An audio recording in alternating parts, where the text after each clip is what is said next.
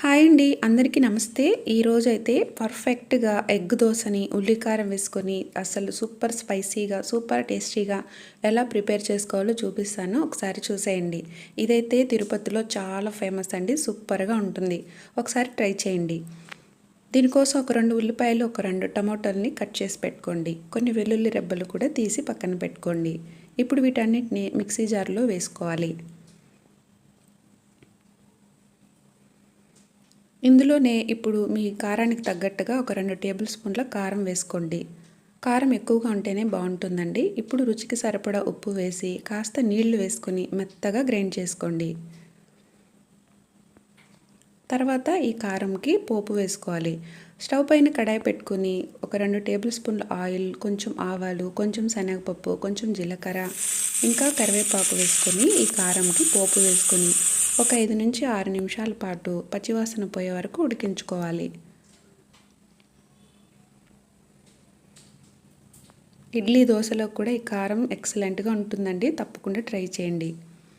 ఇదైతే ఇడ్లీ బ్యాటర్ అనమాట. మా వైపు ఇడ్లీకి, దోశకి అన్నిటికీ ఒకే పిండిని యూస్ చేస్తాము. ఇదైతే రేషన్ బియ్యం ఇంకా ఉప్పుడు బియ్యంతో కలిపి చేశాను. ఇడ్లీ కూడా చాలా ఫ్లఫీగా వస్తుంది. లింక్ డిస్క్రిప్షన్లో ఇస్తాను, చూసేయండి. తర్వాత దోశ ప్యాన్ తీసుకొని ఒక దోశ వేసుకొని దానిపైన 1-2 కోడిగుడ్లు కొట్టి వేసుకోండి.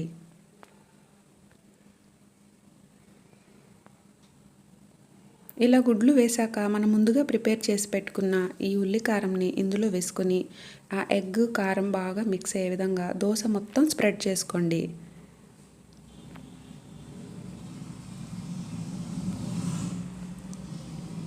ఇప్పుడు దీనిపైన ఆయిల్ వేసుకోవాలి. ఆయిల్ కాస్త ఎక్కువే వేసుకుంటేనే టేస్టీగా ఉంటుందండి.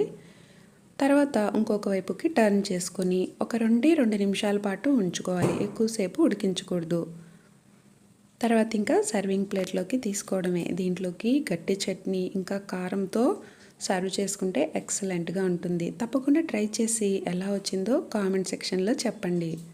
ఈ వీడియో మీకు నచ్చిందని అనుకుంటున్నాను. నచ్చితే నా వీడియోని తప్పకుండా లైక్ చేయండి. ఇంకా కొత్తగా చూసే వాళ్ళైతే మన ఛానల్ని సబ్స్క్రైబ్ చేసుకోండి. Thanks for